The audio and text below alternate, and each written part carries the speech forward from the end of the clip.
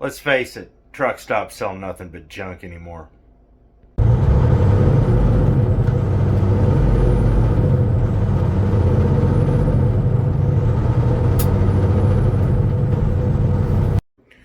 Well, it's Christmas time and it's time to settle up with a little brown liquor and get into the holiday spirit.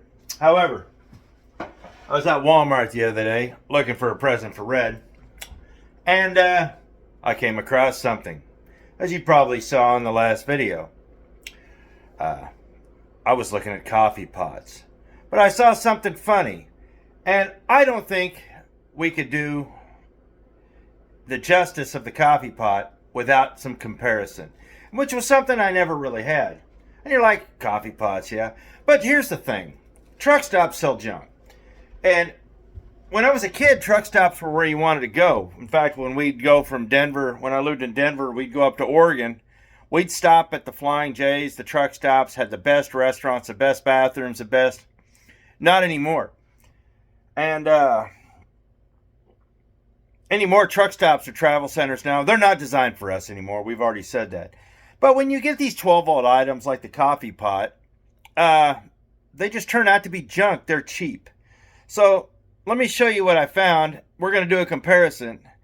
And I'm going to tell you my synopsis on all of this because, well, something's got to happen. And I'm tired of us getting screwed by buying junk. So here we go. Right off the bat, we got the two coffee makers. I can see a couple of subtle differences, but that one was $30. This one was $10. That one's 12 volt. This one was not. I'm not kidding. They're almost identical. Now, as I look at them, there's a few subtle differences, but I am almost fairly certain these are made in the same plant in China. So, let me show you. It's close inspection. They've got kind of the same top. They're literally really close. This one's cheaper plastic. You can tell. This one's got a sight window. I'll bet you I can swap the... Well, not quite, but hey, whatever. But the carafes are the same size. I'll bet you this one will fit. Yep, that one fits in there. I wonder if this one will fit in here. Slightly too tall, but I think it would probably work in a pinch. Now, what got me looking at this was I realized that they the exact same on-off switch. Almost the exact same carafe. There's just slight differences. The carafes are the same size, but one's a little squattier than the other. But I'll bet you, when we take them apart, I'll bet you the insides are identical. But I can tell by looking at them that the lowers are almost identical, even though the on-off switch is on the one side. Now, I'll tell you this, I do know that the 110 plug-in one will brew coffee faster than the 12 volt. I mean, 12 volt appliances are junk. But I do know that if you go outside and you buy one for an RV that plugs into a 12 volt, it will brew 3 times as fast as this. Buddy of mine had one in his truck, worked wonderfully. But it was an RV, he paid the money for it, and it worked well for him. So, let's test this mainstay. Now, we know that the 12 volt one takes about 45 minutes to brew. I've actually used this one once. I've tested it. This is the one that I took back and got exchanged. It didn't get hot like the last one did, but we're going to test this one now and see how fast it goes. Now, I know in all of my comments, I have talked about buying a Mr. Coffee. I thought for 10 bucks we could have some fun. So, good grief, these are almost identical. The carafes are pretty close too. So, let's put some coffee in that and see what happens. Well, I've encountered my first problem. It is too short. I need an extension cord. I've got one already plugged in here in my living room, so I guess this will work. Okay, I had one for my antique coffee maker. I actually had to cut it down, and it was these.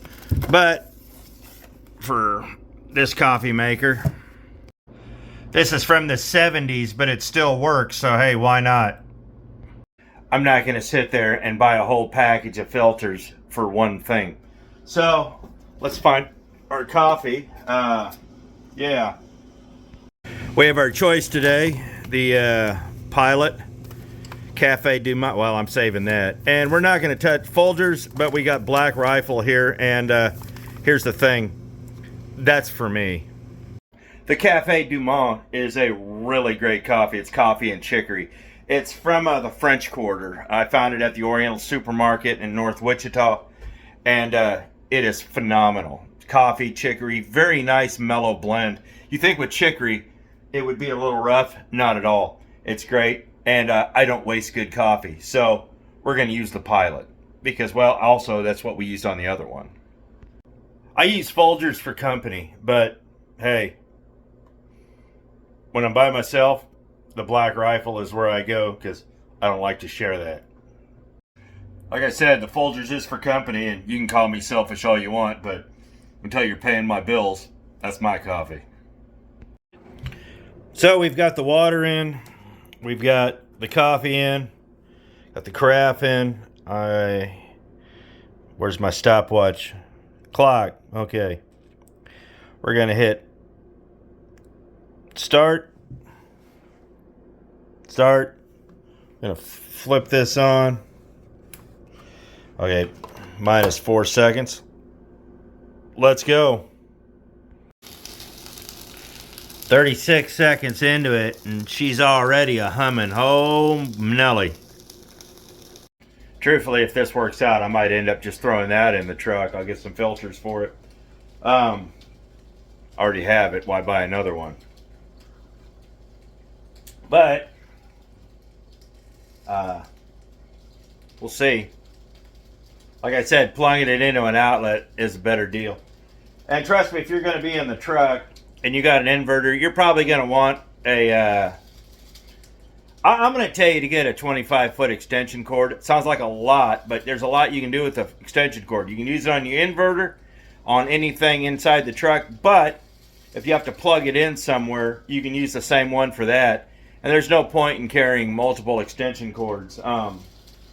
Carry what's going to work for everything. You might have a little extra, but you'd rather have too much extension cord than not enough. So, little food for thought. We're at 2 minutes, 3 minutes, and well, she's a humming. Oh yeah, it's already dropped quite a bit of water, so it's pumping pretty good. Okay, we are, well, 7 minutes into it, and it's been doing this for a little bit. It's out of water. The water that's left in it is basically in the filter. It's finishing draining right now. So, hey, I mean, 7 minutes. For a $9 coffee pot, that's not bad. Now, this isn't a bun. I mean, you throw water in a bun, it's already had like a reservoir in it. You just pour the water in, it's already heated, and it just pushes it out in a minute or two. This Mr. Coffee here, it's just about as fast as that. So that isn't bad. Of course, now it's time to see what the coffee actually tastes like. I'm sure it's fine. I'll taste it here in a minute, but I really don't want to pile coffee on top of brown liquor, even though I'll have to. So it all worked out pretty good here. Let me throw this. You got to throw this away. Did all right.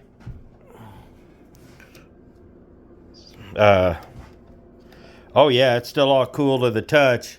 Unlike that, well, that one actually didn't get as hot as the first one did. The first one, like I said, was about to catch on fire. 7 minutes from start to finish. Truthfully, if you're in a truck stop in the morning or a rest area, this is going to work. I think I'm going to take this on the road with me, and we'll see how it works on the road. So how does it taste? Well, let's find out.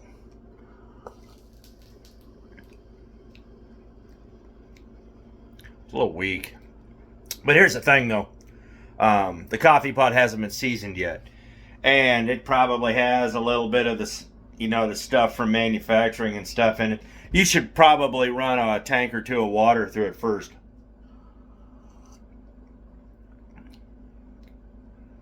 It tastes okay, but I like really strong coffee. But yeah. Of course, I've drank enough brown liquor that my tongue is numb. It's good. But I think once you season the coffee pot, I think it'll be better. So that right there, definitely not worth it. That right there, for $10, if it gets you 6 months, it's worth it. Now, about the only thing worth buying in a truck stop anymore, and I don't even know how well those are anymore, are those old lunchbox cookers. You can cook anything in those. Back 25, 30 years ago, that's what we had. That's about all we had. And they were great. But one of the things that you always have to remember is that household appliances, like that coffee maker, are not meant to be put in a moving vehicle. They're going to bounce around, they're going to get jostled, they're going to get beat up, they're going to get moved. These things are meant, the craft should hang on there okay. The craft shouldn't fall out if it's seated properly. This one right here, about the same. The only difference is this one kind of sits in a little basket. This one, not so much, but it should stay nonetheless. But these are not meant to be bounced around. Truthfully, these probably aren't either. This, like I said, this is very cheap. Both of these probably only cost about maybe manufacturing wise about $1.50 to $2 a make. That's about all the materials that's in them. That's why they can sell them for $9.98. That's why I suggested that, with all the banging and bouncing around, these are meant to be sit on a counter and never moved. And they stay plugged in until they fail. But that being said, for $10, if it lasts a year, you got your money out of it. But you also have to figure out how much coffee you're going to drink on the road. I don't drink as much as I used to, surprisingly. And truthfully, with the loyalty programs and all that, I don't pay for a lot of coffee, trust me. I make maybe $8 a month, if that. But that being said, if you just need something small, that $10 one. Now, like I said, everybody keeps telling me I should get the Mr. Coffee. I've got a Mr. Coffee over here. They're great coffee pots. But when it comes to appliances, man, the truck stop just isn't the place for them. They have all of this cheap Road Pro stuff, and Road Pro is just... I look at it like the old Barjan stuff. Years ago, there was a company named Barjan. And their whole business strategy was basically repackaging all the returns and everything that had been rejected everywhere, and then selling them at truck stops. What was that one company? Linco, something like that. They were the pioneers of that. I don't know if they turned into Barjan or Barjan turned into them, but or they're still two separate companies. But and then Road Pro kind of picked up the mantle and started basically repackaging the same crap those other two were selling. Here in another year there will be another brand, and it'll have the same stuff in it. And in the last 25 years, been going to truck stops since the 80s when I was a kid. It's crap. It always has been. And truthfully, this is a Walmart special, a mainstay. But I'll bet you if I was to really do a real research, I could probably find this sold at other outlets under house brands or different names or stuff like that. And truthfully, with everything at the Love's has their own house brand called Amarillo Supply. Now, a lot of these truck stops are starting to go this route. They're starting to have a variety of stuff, but they own all the brands in there. And Amarillo Supply is a complete ripoff. It's the same cheap crap, just repackaged in their own packaging. I'm not a fan. I mean, truthfully, if you really need this stuff, and truthfully for truck drivers, their supply of truck stuff has gotten horrible. Like all the razors you buy, like that Union Carbide razor or whatever it is, junk. It's just everything has gotten to be junk. You know, I'm having a hard time finding hygiene products when I need them, you know, because you need that stuff on the road. If you run out, you need it. I'm having a hard time finding stuff I need for the truck. I'm having a hard time finding anything. But basically, all any of these truck stops are concerned about is what's going out the front door. Have you noticed that the front door is not for us? And the trucking stuff could fit in my kitchen and still have room for another aisle. You know, we don't need travel centers, we need truck stops.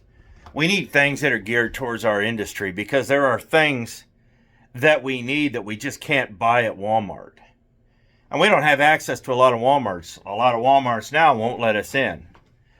They won't let us park. They won't let us do a lot of stuff anymore. And we just need things that you just can't find. One of the things that they know is that we are a completely captive audience. Where else are we going to go? And look where places like the Loves and these guys build truck stops. They will build it on the other side of the highway to where we can't walk to things. They will build them far enough out of town to where we can't get to things. It's to where we are completely dependent on what they have in the truck stops. I don't believe that's an accident. They want us spending our money there. They want us spending all our money there. And I get it from a business standpoint. I 100% get it. But at the same time, it makes it really hard. You know, they want, TA wants like $35 or $40 for a jug of, anti-gel or that power service. I find it at Menards for 17 bucks. Cheaper if it's on sale. They want to charge you $10 for a pack of cigarettes. Across the street, it's $6 or $7. I mean, it's just like that all everywhere. And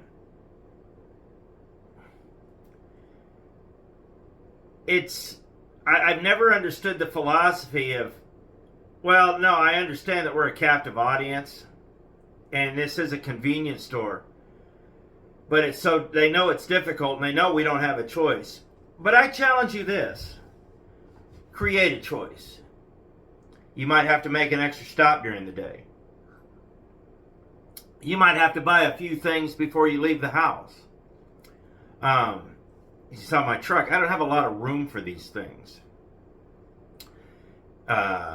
If you smoke, I would encourage you to get on their websites, get the apps, have them send you coupons. And then when you get to a state where you know there's a smoke shop, buy your cartons there and use the coupons. I mean, as truck drivers, we need every advantage we can get because money, everybody thinks we're making $1 million out here. I'm going to tell you this. You look at my 1099, I made a banger amount of money this year. And then you need to cut that in half. And then you need to take 40% off that. And then you need to cut that in half. And that's what I made. We don't make the money they think we're making, but they sure want to gouge us for it. And I know this sounds like me ranting and raving. It kind of is, but it's more just disgust. Just because you know, we're not making as much money as these billboards with lawyers think we are. We're out here struggling, and we're paying for our time. I'm not going to lie. We earn every damn dollar out here we make. We are gone holidays. We are gone, birthdays, anniversaries. We are gone when everybody else is at home. We're driving in the middle of the night because customers don't give a crap when they load us. We are delivering in the middle of the night because customers don't give a crap when they empty us. And we are subject to a lot of stress. And, okay, it's turning into a rant. But what I'm saying is, do a little research. Might take you a little while. Figure out a plan. Planning. Did a video on that. And start figuring out a way to cut your cost. If these truck stops aren't going to give us what we need to quit giving them as much money as we do. True, we need fuel. We need certain things here and there. But all the other stuff, we need to start planning ahead and send a message to these guys that, hey, our wallet dictates. Like, we just had an election. You know what? We vote with our wallets. We do everything with our wallets. Everything comes down to money because, well, it has to. I'm not going to spend an extra $10 just because, well, it's available. When I can wait a day, go across the street, and get it for 10 to 15 bucks cheaper. That coffee pot that didn't work was 30 bucks. The one that did work was 10. I wasted a lot more money than that because I took it to Tonkawa and had to exchange it for one that did work. And it still sucked. So, all I'm saying is have a plan. You go again with planning. And start laying out your time out, and trust me, I truly understand that there's things we have to buy on the road. But I'm also living in reality knowing that truck stops are not making this easy anymore. So, if we got to cut them out, we'll show them that we can spend our money elsewhere. Our money is our money, and our money is just as green at that store as it is at that store. And if I have more buying power at that store, screw those guys. That's all I'm saying. Guys, keep your chin up. Be profitable out there. And when you get some time off, and I hope you were home for Christmas, have a little bit of brown liquor if you drink. If not, have a good cup of coffee and enjoy yourselves. And if we can all make being out here on the road a little nicer for ourselves, it'll relieve a little bit of stress and it'll make it just that much more comfortable. So, hey, I appreciate it, guys. Thanks for watching. Be safe, and we'll catch you next video.